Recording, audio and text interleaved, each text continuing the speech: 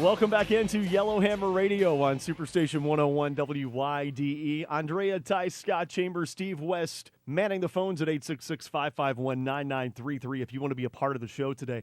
Heading into break, we were talking about the Hollywood bubble and how we were going to talk about that. We will continue that conversation a little bit later on, but we have special guests in studio, and I totally teased something, and I was completely wrong. Go figure, Andrea. It's our first full official week here, and I've already wrecked things. That's all right. And they made it in safely. Everything was good with the roads for you guys. We've got Doug Tuthill sitting at the end of the table, and Leslie Cersei sitting next to me, and you guys had no problems coming in. That's great. Great. It was very good. Made it in safely. Nice. You guys are with the Alabama Opportunity Scholarship Fund. That's right. I'm the director of the Alabama Opportunity Scholarship Fund. We're a tax credit funded scholarship program, and we're serving about 2,100 children across the state. It's a tremendous program opportunity where taxpayers can redirect a portion of their Alabama income tax liability to directly support the education of children. And we've been up and going about 3 years and actually operate as a subsidiary of Step Up for Students out of Florida. And that's why Doug is with us today. Step Up for Students is the largest school choice program in the nation. They've been up and going about 15 years, and Doug is going to share really what school choice looks like in Florida, the massive number of children that are being helped, and really what the future of education will be looking like as we go into new policies, and we have a new president coming in, and what the future might hold. All right, so you mentioned you've been doing this for 3 years, but Doug, you've been at this for 15. We have in Florida. So you get to see the long-term results of this new initiative with scholarships. Absolutely. We have about 107,000 kids in Florida on scholarships.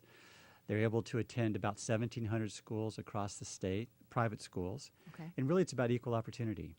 We believe that every child ought to have an equal opportunity to develop themselves. Right. And our scholarships are focused on low-income kids to make sure that low-income kids aren't disadvantaged. And so we're excited to see the growth over the last 15 years, and I think the same is going to happen in Alabama. You know the old saying that nobody ever washes a rental car before they return it. That's because the power of ownership. When people own something, they're more committed to it. Correct. And too often, because a lot of people don't have choice in education, sometimes the kids don't own it, the families don't own it. They feel like renters. And so our job is to make sure that everybody has an equal opportunity to feel like an owner. And when people own it, the results are much more positive. So we're excited about the growth in Florida. We're adding about 10,000 to 15,000 kids a year. And I think over time you're going to see the same kind of growth in Alabama because families in Alabama are the same in Florida, which is they want to have a sense of ownership over their child's education. No two children are alike. Any of us have ever been parents know that your kids are very different, and what works for one child may not work for another. One child may need a large school, another child may need a small school. About 80% of our kids go to faith-based schools. For a lot of families, values are very important. And there's a lot of programs I know that are offered, and it's like you just mentioned, it's different for each child in the way that their education, the track that they take. But for those that are not familiar with school choice, give us a little background on that. Sure. Well, the idea is that you shouldn't be assigned to a school simply by your zip code. That right. Neighborhood schools are wonderful for a lot of kids, but for a lot of kids, they don't fit. And so the goal behind school choice is allowing families to match their child with a school that best meets their needs. And the only way to do that is to make sure they have the resources to choose different kinds of schools. It also, by the way, is great for educators. I'm a lifelong teacher myself, and it's great for an educator to be able to have the entrepreneurial freedom to develop their own ideas. Too often in my profession, you don't get to do that. It's kind of a one-size-fits-all, top-down command and control monopoly.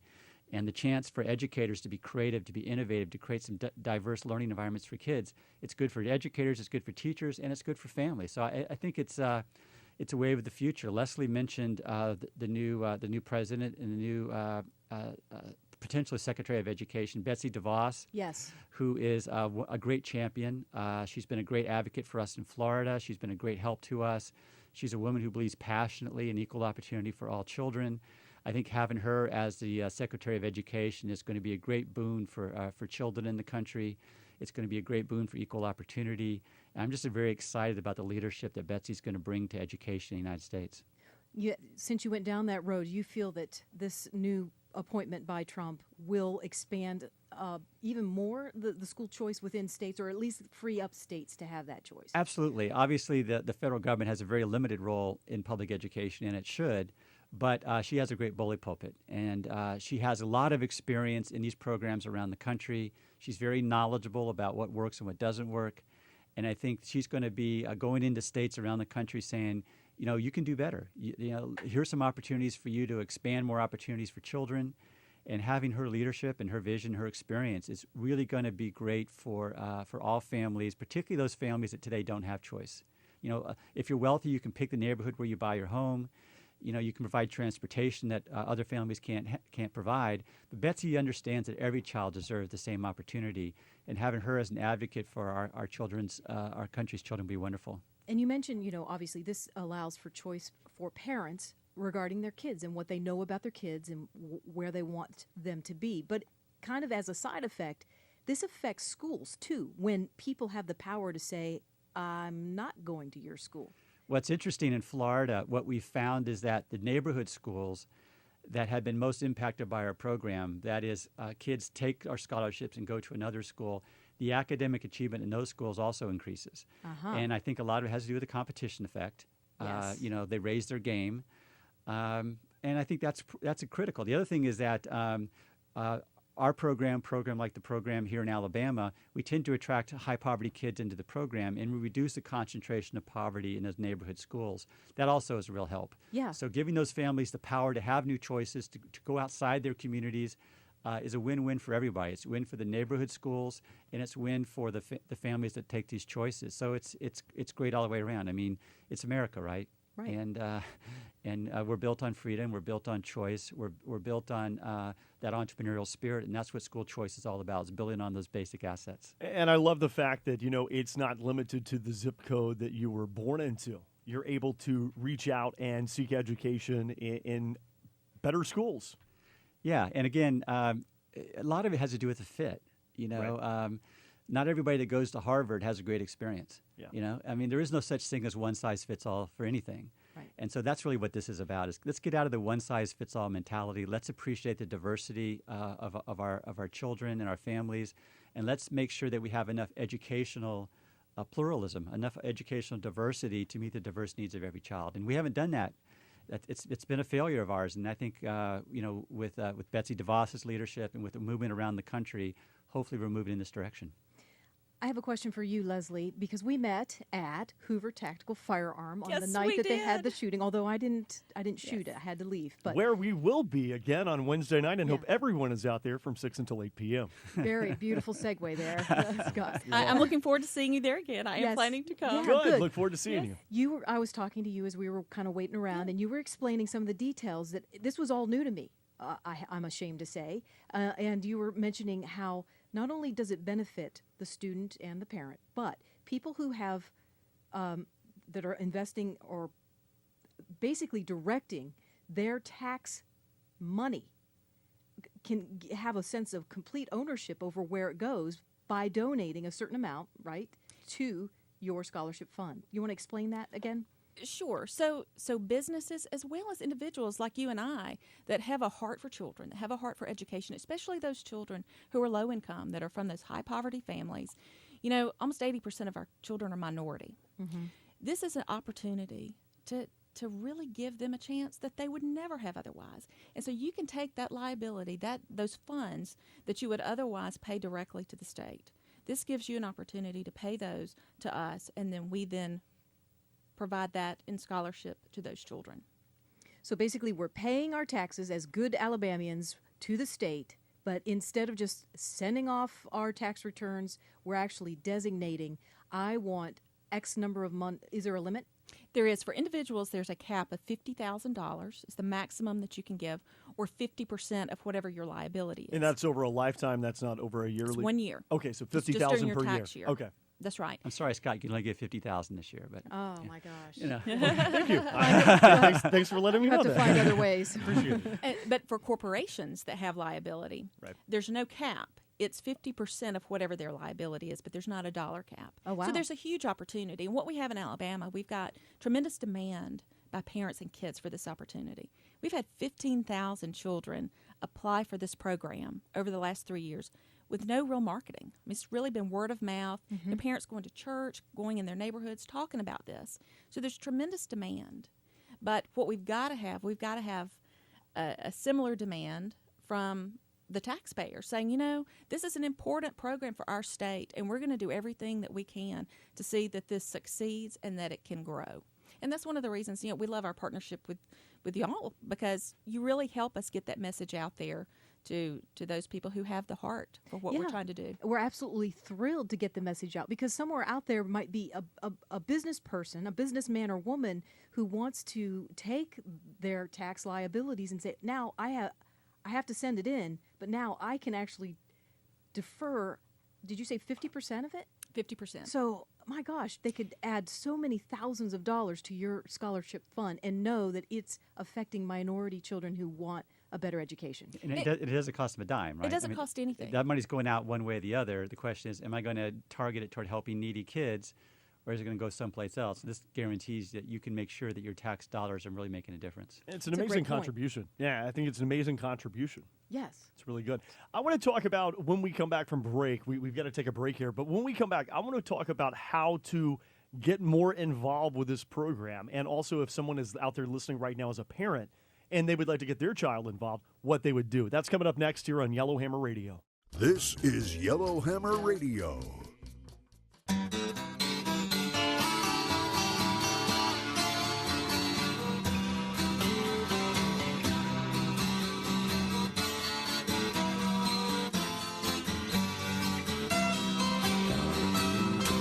If never I met you, Welcome back. It's Yellowhammer Radio here on this 9th day of January 2017. I am Scott Chambers. And I'm Andrea Tice. You caught me in the middle of a swallow. Oops, Sorry. my bad. Don't inhale that, okay? Yeah, please don't inhale. We are joined right now in studio by Leslie Searcy and Doug Tuthill from the Alabama Opportunity Scholarship Fund. This is a really fascinating thing, because as we were talking about during the break, not everyone comes from a background that's as lucky to be afforded great education. There are some wonderful public schools around the state of Alabama, but not everyone comes from a zip code that allows them to attend a top-notch school. I'm blessed. I'm blessed that I was able to get a good education. But programs like what you guys are doing with the Alabama Opportunity Scholarship Fund allows for students to seek out that better education. And Doug, you were talking about the state of Florida, how this program has been going now. I believe you said 15 years in Florida, right? We have 15 years, over 100,000 kids on our program in Florida. And the academics are really, it's been exciting to see. We attract the highest poverty, lowest performing kids in the state into the program. And what's really heartening is that every year they're on the program, that academic decline is reversed. And we're seeing kids, they're tested every year by state law, and we can see the academic progress that's happening. And like as I said earlier, I really think it has to do with ownership. When people own things, they're more committed to it. And we see so many children's lives have been transformed. There's a young woman that is an intern in our office who failed third grade twice, and was getting in fights, being pushed out of school. Really was her life was a mess. She was destined to end up a dropout, and who knows what would have happened. Sure. She got on the scholarship in late middle school, and it transformed her life. She got into a small private school in Jacksonville that met her needs, a small faith-based school. She was the first person in her family to graduate from high school. Wow. First person in her family to graduate from college. She's now working on a master's degree in social work, and she's committed her life to helping other children like her. She's reaching back to her in her neighborhood, in her community, saying, okay, I want to give back, and I want to make more kids available to this kind of opportunity. That's what we need to get to. There's so much talent in these communities. I mean, Scott made a really good point. They just don't have the opportunity. Right. They don't have the opportunity you had, Scott. And if we can give kids those kind of opportunities, you're going to see amazing things happening. It's just a matter of not having the opportunities. That's what this is about. That's why it's called the Alabama Opportunity Scholarship Fund. We want to give opportunities to kids that historically haven't had it. And there's amazing human capital in these communities just not being able to realize God-given gifts. And when we do that, amazing things happen. And we've seen that in Florida. Academic achievement gone up in our program and in the district schools. Like I said before, academic achievement is going up in those schools too. So it's a win-win across the board. And we'd love to have that kind of progress in Alabama. Yeah, so you see measurable improvement? Measurable improvement based on standardized test scores that's been validated by external researchers across the state of Florida, and it's been going on for 15 years. Well, I can see how Leslie is passionate about seeing that happen here in Alabama, and hopefully the people that are listening are made aware of this program and say, wait, I want to be a part of this on both ends. I want to contribute my tax money and to the fund and increase the capabilities you guys could have to awarding scholarships, or a parent who's listening and saying, whoa, I want my kid involved. Tell us how they would go about doing that. So in either case, they can go to alabamascholarshipfund.org and look for application information if they're a parent and they have a child that they'd like to have enter this program, as well as a donor, a prospective donor that would have an interest in supporting this. Okay. All of the information that you would need is right there. AlabamaScholarship.org. AlabamaScholarshipFund.org. Good. I'm glad you caught me on that. AlabamaScholarshipFund.org. Let's drill that in. Okay, Scott? It's AlabamaScholarshipFund.org. And when you're at the website, it's got the About Us section. You can find out more about it. All the information you need can be found at AlabamaScholarshipFund.org, correct? That's correct. And, one of the things with education, you can invest in the stock market, you can invest in infrastructure, but the greatest investment I believe we can make as Americans are in the minds of children. And I think this is an absolute fantastic program to help invest in the future of children and their education. And taxpayers in Alabama have a choice to invest in these children right now. And it is a transformational decision for that taxpayer. The impact that they're having on children's lives is incredible. We hear stories every day. I mean, so many children are in these high poverty communities. They're really not getting exactly what they need on so many fronts. They're at risk in so many different ways. But if a child can get into the right environment and receive the right education, you're talking about a path now where whether they go to a 4-year college or whether they go to junior college or to the military, these children are growing up with a plan, with a future that they can see, that is not a future on the street, that is not a future winding up in prison. And I hear from so many, and so many say, I didn't think I'd live past 21 because of what's going on in their community. Oh, that's insanely, that's sad. And so we have kids now that we know that thought about dropping out. Wow. Things were so difficult. They just didn't see themselves succeeding. So it's a lifeline of hope for so many and a total redirection of their lives. It's interesting. In high poverty communities, the line between success and failure is a very thin line. And so many little things can nudge you one way or the other. And we got to give those kids every possible advantage. And this is a no-brainer for me. It's just a no-brainer. And corporations in Alabama and individuals in Alabama can participate. I mean, they ought to go to this website and they ought to contribute, and they ought to change the lives of children. And Leslie's right. I hear also stories from parents and grandparents saying, there's no doubt my child would have been dead had I not got them out of the environment they were in. They were heading toward gangs. They were heading toward violence. They were heading toward drugs. They were heading toward teenage pregnancy. That's all there. But we can change that.